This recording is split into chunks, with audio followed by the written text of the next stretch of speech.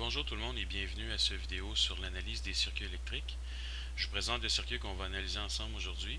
C'est un circuit qui a priori est assez complexe. C'est pas évident à voir quelles parties du circuit sont en série ou en parallèle. Donc pour se sortir de cette impasse-là, la meilleure solution, comme je vous disais, c'est de tracer le circuit sur une ligne.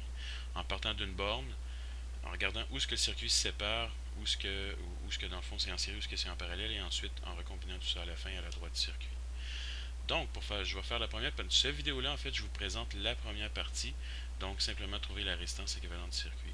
Je vais commencer par me faire un petit peu plus de place pour travailler, pour tracer mon circuit à la droite. Bon.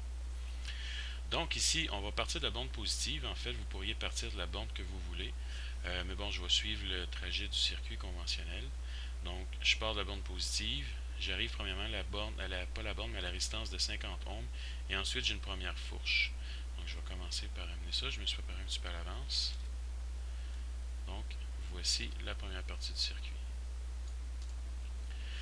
Ensuite, quand je fourche vers le bas, je vais tracer la résistance de 150 ohms. Mais on voit que cette branche-là, ça va être tout ce qu'il va y avoir dessus parce qu'on revient tout de suite à la pile ensuite. Il n'y a pas de raison que le courant irait faire ce grand tour-là. Donc, il n'y a pas de jonction en parallèle ici quand on arrive en fait de la résistance de 150 ohms parce que cette branche-là est directement au 0 volt, au potentiel, aux bornes de la pile. Ce fil-là, en fait, ça pourrait être dessiné différemment. Tout ça pourrait être branché dans le circuit directement à la pile. Donc, on est revenu à la pile au 0 volt quand on a franchi la résistance de 150 ohms. Donc, je vais vous dessiner tout de suite la branche du bas. C'est la résistance de 150 ohms. Je l'ai justement tracée longue parce que tout le reste, en fait, tout le reste du circuit se trouve à être en haut. En haut, justement, donc on commence par franchir 20 ohms et 30 ohms en série. Après qu'on s'est séparé ici, comme vous voyez, on a 20 ohms, 30 ohms en série tout de suite. Donc, je vous apporte ça.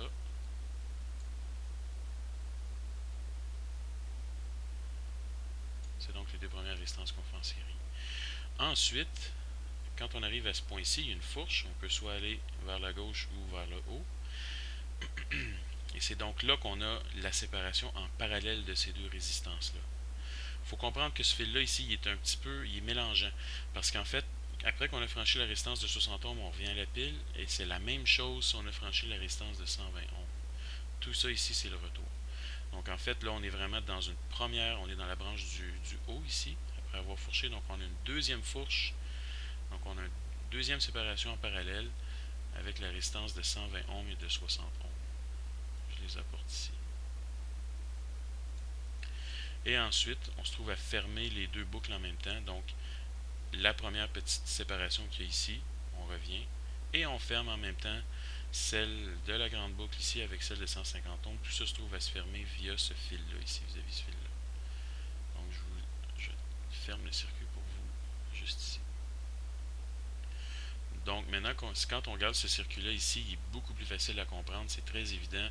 À ce moment-là, c'est quoi les parties du circuit qui sont en série, les parties du circuit qui sont en parallèle. Juste pour être certain que vous voyez bien ici. Ça devient assez simple. Donc maintenant, pour trouver la résistance équivalente du circuit, il faut simplement combiner ce qu'on peut voir qui est en série et ce qui est en parallèle. Et toujours partir de ce qui est le plus à l'intérieur, donc ce qui est le plus zoomé, comme je vous disais. Donc on commence par combiner, dans ce cas-ci, le 120 ohms avec le 60 ohms en parallèle. On va ensuite avoir une branche en série, parallèle et série. Vous allez voir ça se dessiner au fur et à mesure qu'on va le combiner ensemble. Donc je vais copier ce circuit-là pour travailler avec. Je le descends juste ici, juste en dessous. Et je vais combiner ces deux résistances-là qui sont les deux premières à combiner dans ce circuit-là. Je ne ferai pas toujours le calcul en direct, mais juste pour le premier, je vais le faire avec vous. Donc on combine 120 ohms et 60 ohms en parallèle. Donc c'est la 1 sur R équivalent donne 1 sur R2, plus 1 sur R1, plus 1 sur R2. Et s'il y en avait d'autres, ce serait 1 sur R3, etc., etc. Donc si j'ai 1 divisé par 120, plus 1 divisé par 60, ce qui me donne cette valeur-là. Mais en fait, il ne faut pas oublier de l'inverser parce que c'est 1 sur la résistance équivalente qui donne la somme des 1 sur R. Donc à ce moment-là, ça nous donne une résistance de 40 ohms pour la combinaison de ces deux-là. Donc c'est la résistance équivalente de cette partie de circuit-là. Donc ce morceau-là ici, que je peux vous montrer, que je vais vous illustrer comme ça, on va le combiner à une seule résistance de 40 ohms.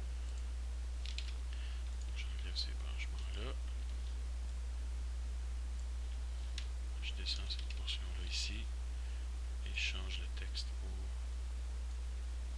40 ohms.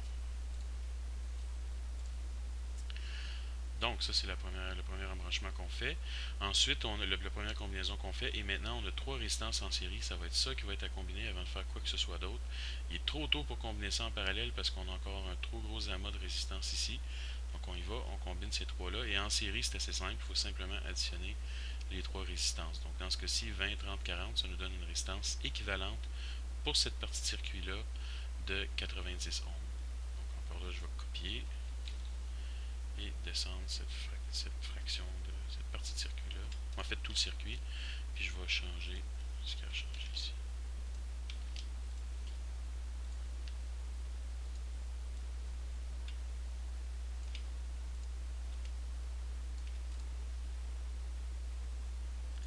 Et cette résistance-là est de... C'est la combinaison des 3 en haut ici en série, donc ça donne un total de 90 ohms. Finalement, on voit qu'on combine ces deux-là en parallèle avant de combiner avec celle-là en série. Ça ne me dérangerait pas si quelqu'un le faisait. Rendu là, c'est des étapes qui sont assez simples, mais bon, moi pour vous, je vais les faire tout en détail ici. Donc 90, 150, j'ai fait le calcul au préalable, ça donne 56,25 ohms. Je vais copier le circuit encore une fois. Je le descends.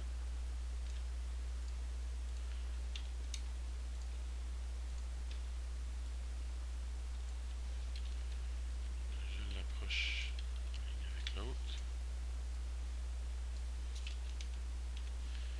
Et je change le texte pour 56,25 ohms. Et la dernière étape, c'est ces deux résistances-là en série.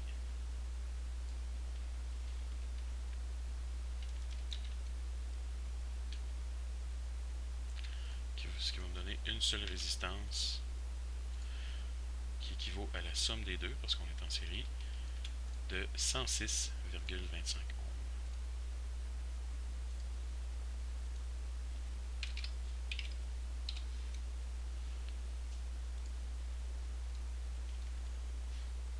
Et donc voilà, c'est la résistance équivalente du circuit, ce qui était assez simple à analyser en fait, quand on avait les circuits qui étaient représentés d'une façon linéaire comme ça.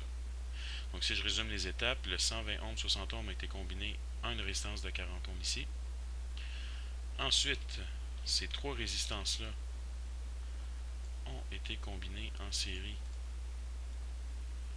pour nous donner la résistance de 90 ohms ici. Ensuite, ces deux résistances-là, 90 ohms et 150 ohms, ont été combinées pour donner la 56,25 qui est juste en dessous. Et en dernière étape, les deux résistances en série ont été combinées pour former la résistance équivalente du circuit qui est de 106,25 ohms. Donc voilà, c'est un circuit qui est complexe a priori, mais quand on le dessine de façon linéaire, ça devient assez simple à analyser. Donc à bientôt pour la suite de l'analyse de ce circuit-là en répondant à vos deux questions suivantes. Merci, à bientôt.